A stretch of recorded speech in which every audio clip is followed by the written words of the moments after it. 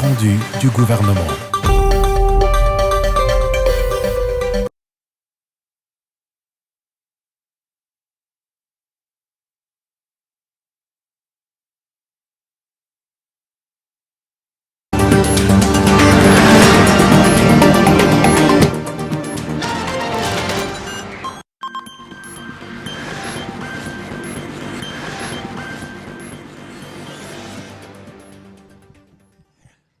Compte rendu de la 73e réunion du Conseil de ministres,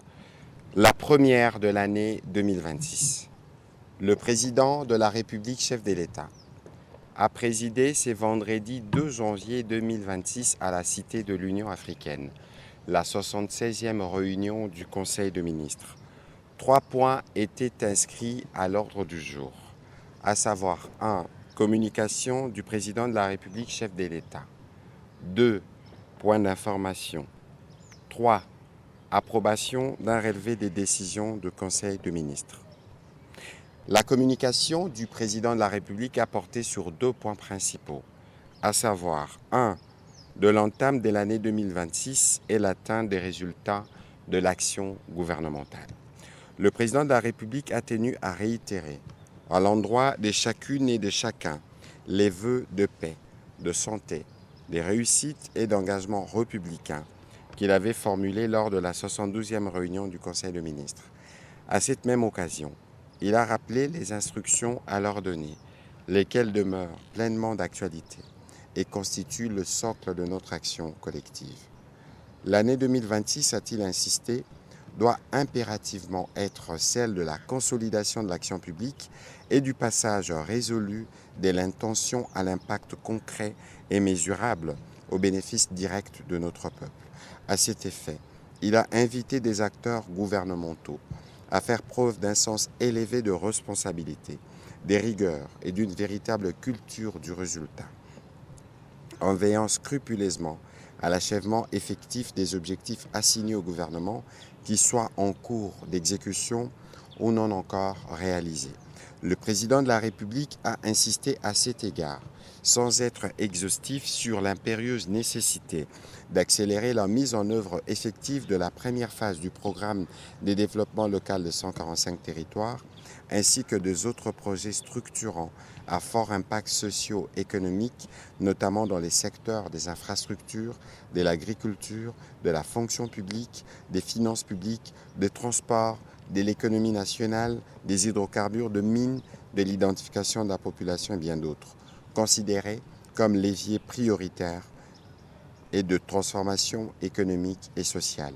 Ces projets constituent des engagements solennels de l'État envers le peuple congolais et doivent à ce titre être conduits avec célérité,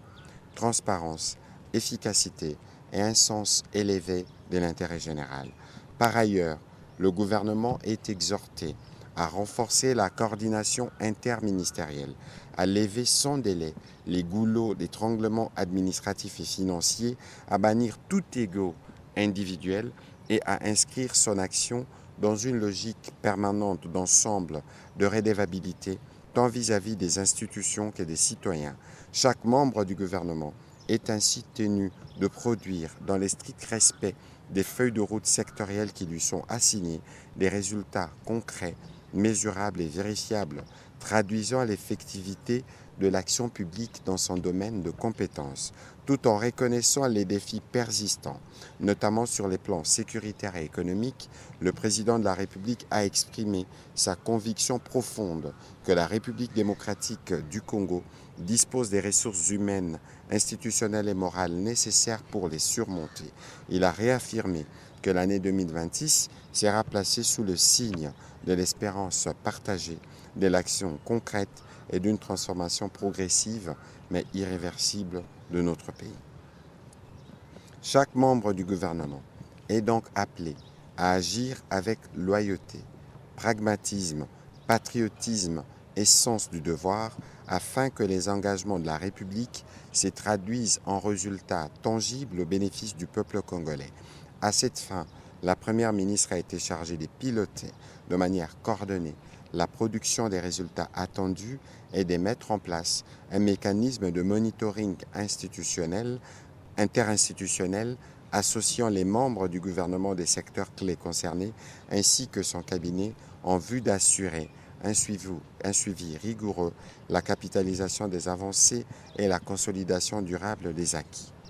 Le deuxième point de la communication du président de la République a porté sur la nécessité d'une concertation préalable dans la communication étatique. Le président de la République a tenu à rappeler avec gravité que la parole publique engage l'État dans ce qu'il a de plus essentiel, sa crédibilité, son autorité morale, sa capacité à rassembler la nation et à préserver durablement la cohésion nationale. À ce titre, toute expression émanant d'un responsable public doit être empreinte de retenue, des responsabilités et d'un sens aigu de l'intérêt supérieur de la République. À cet égard, il a suivi avec une attention particulière la récente sortie médiatique du porte-parole des Forces armées de la République démocratique du Congo, diffusée sur la chaîne nationale, au cours de laquelle des propos à caractère méprisant et stigmatisant ont été tenus à l'endroit des femmes de la communauté Tutsi. Le président de la République a déploré vivement cette dérive de langage qui ne reflète ni les valeurs républicaines, ni l'éthique de responsabilité, ni à la hauteur de vue attendue de toute prise de parole officielle, a fortiori lorsqu'elle émane d'un membre d'une institution aussi sensible et stratégique que l'armée nationale. De tels propos sont des natures à fragiliser la cohésion nationale, la cohésion sociale, à alimenter des tensions inutiles et à porter atteinte à l'image et à la crédibilité de l'État, tant sur le plan interne qu'externe. Il a dit approuver par ailleurs les mesures prises en son endroit, tout en rappelant avec insistance que la parole de l'État ne saurait être improvisée, émotionnelle ou approximative. Elle doit, en toutes circonstances, être portée avec retenue, responsabilité et clarté d'objectifs, en particulier lorsqu'elle concerne des questions complexes, délicates ou susceptibles d'avoir des répercussions sécuritaires, sociales, politiques ou diplomatiques. À ce titre, le président de la République en a appelé à l'ensemble des membres du gouvernement, aux responsables civils et militaires, ainsi qu'à tous les acteurs de la communication publique, à éviter toute sortie médiatique incontrôlée, notamment sur les sujets sensibles touchant à la défense nationale, à la sécurité, à la cohésion sociale et aux relations institutionnelles. La parole publique doit demeurer un instrument de rassemblement, de stabilité et de confiance, et non une source de division et de confusion, a-t-il insisté. Il a encouragé par ailleurs chaque responsable appelé à s'exprimer publiquement au nom de l'État, à se documenter rigoureusement, à maîtriser pleinement les enjeux de dossiers abordés et à mesurer avec discernement la portée de ses propos afin de préserver l'unité nationale, la dignité des institutions et la confiance légitime des citoyens dans l'action publique. Afin d'éviter la répétition de tels manquements et tirant les enseignements de l'incident susmentionné, le président de la République a rappelé ses instructions à l'endroit du ministre de la Communication et des Médias, porte-parole du gouvernement, de mettre en place sans délai un mécanisme formel de concertation préalable. Celui-ci associera son conseil spécial en matière de communication, les services de communication de la primature, de l'état-major général de forces armées, ainsi que ceux de la police nationale congolaise pour toute sortie médiatique diffusée sur la chaîne nationale ou tout autre média, dès lors qu'elle porte sur des questions délicates engageant directement l'État. Dans la suite de la communication du président de la République, la première ministre chef du gouvernement a fait le point de la réunion stratégique du comité de pilotage des zones économiques spéciales qu'elle a présidé le 30 décembre 2025 sur le site même de la zone économique spéciale pilote de Kinshasa à Maluku. Les travaux ont porté sur l'état d'avancement des zones économiques spéciales, notamment celles de Maluku, de Kinmalebo, Maluku-Kinmalebo, Kishishi, Musompo, Musienene et la Green Special Economic Zone de Guaka, Bujala en Sud-Ubangi, en droite ligne avec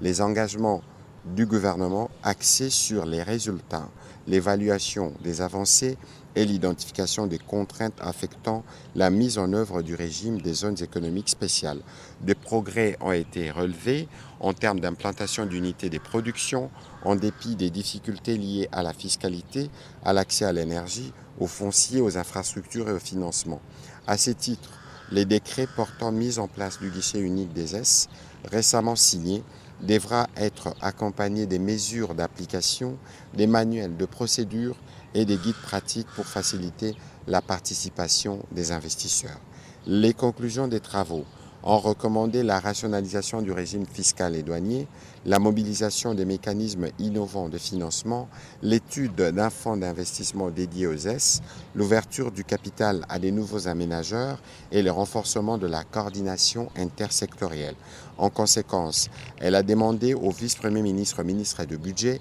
ainsi qu'au ministre des Finances, en collaboration avec le ministre de l'Industrie et l'Agence des zones économiques spéciales, de s'approprier pleinement les dispositifs des S et d'examiner les besoins de financement, notamment dans les cas de loi des finances rectificative en mars 2026. Au deuxième chapitre du Conseil des ministres de ce jour, relatif aux points d'information, État et administration du territoire, le vice-premier ministre, ministre de l'Intérieur, a présenté au Conseil le rapport sur l'État et l'administration du territoire national. Au cours de la semaine qui s'est achevée, l'état d'esprit de population a été marqué notamment par une large désapprobation des propos de l'archevêque de Lubumbashi et président de la CENCO concernant l'accord de Washington sur la crise sécuritaire dans la partie est du pays. La préoccupation suite à la situation sécuritaire prévalant sur l'axe Uvira-Makobola où persistent les attaques des terroristes de RDF M23. La satisfaction consécutive à la victoire de l'équipe nationale de football contre l'équipe nationale du Botswana, obtenant de ce fait la qualification pour le 8e de finale pour la Coupe d'Afrique des Nations qui se tient au Maroc.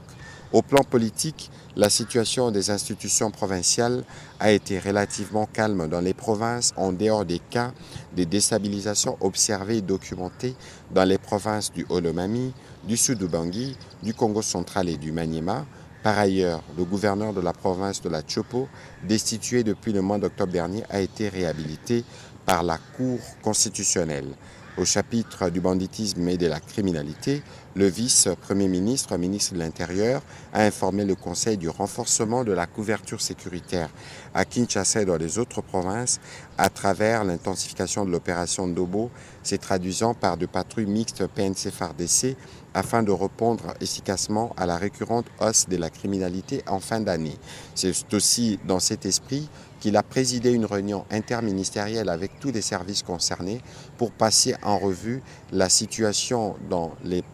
la périphérie de la ville de Kinshasa, notamment avec le phénomène Mobondo. Il a terminé son rapport par la situation aux frontières après avoir fait état de cas de sinistres et catastrophes déplorés au cours de la semaine qui s'est achevée. Il a été complété sur ces chapitres sécuritaires par le vice-premier ministre, ministre de la Défense nationale, qui, lui, à son tour, a fait le point de la situation opérationnelle principalement dans les provinces du Nord et du Sud Kivu, ainsi que des dispositions prises au niveau de forces armées de la République démocratique du Congo pour mettre à mal les aventures de ces agresseurs sur les territoires de la République démocratique du Congo. Sur la situation épidémiologique, le ministre de la Santé publique, Hygiène et Prévention sociale a présenté la situation générale du pays. Spécifiquement en ce qui concerne les choléra,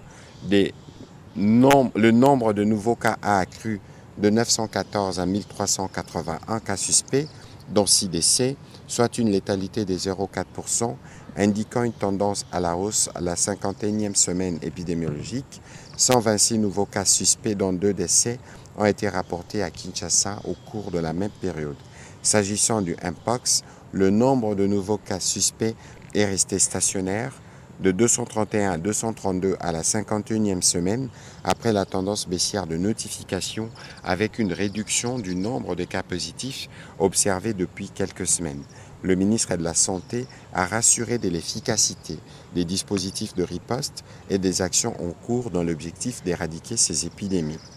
Note d'information relevant du secteur du commerce extérieur. Donnant suite à la recommandation de la 65e réunion du Conseil des ministres du 31 octobre 2025, le ministre du Commerce extérieur a présenté la note d'information qui renseigne du lancement effectif de l'opérationnalisation du guichet unique intégral du commerce extérieur dans toutes ses 3 phases, prédédouanement, dédouanement et post-dédouanement, alignant ainsi la République démocratique du Congo aux standards de l'Organisation mondiale du commerce en ce qui concerne le commerce international. En effet, la note circulaire interministérielle a été rendue publique le 17 décembre 2025, rendant obligatoire la transmission électronique des documents réglementaires et commerciaux liés à l'importation et à l'exportation des marchandises dans notre pays. Elle contient 5 instructions majeures dont le calendrier de mise en œuvre progressif de la transmission électronique de l'alias documentaire et agenda de vulgarisation par la DGDA et Ségus. En signe d'appropriation de cette réforme, la Première ministre a présidé la cérémonie de lancement de cette transmission électronique de l'alias documentaire,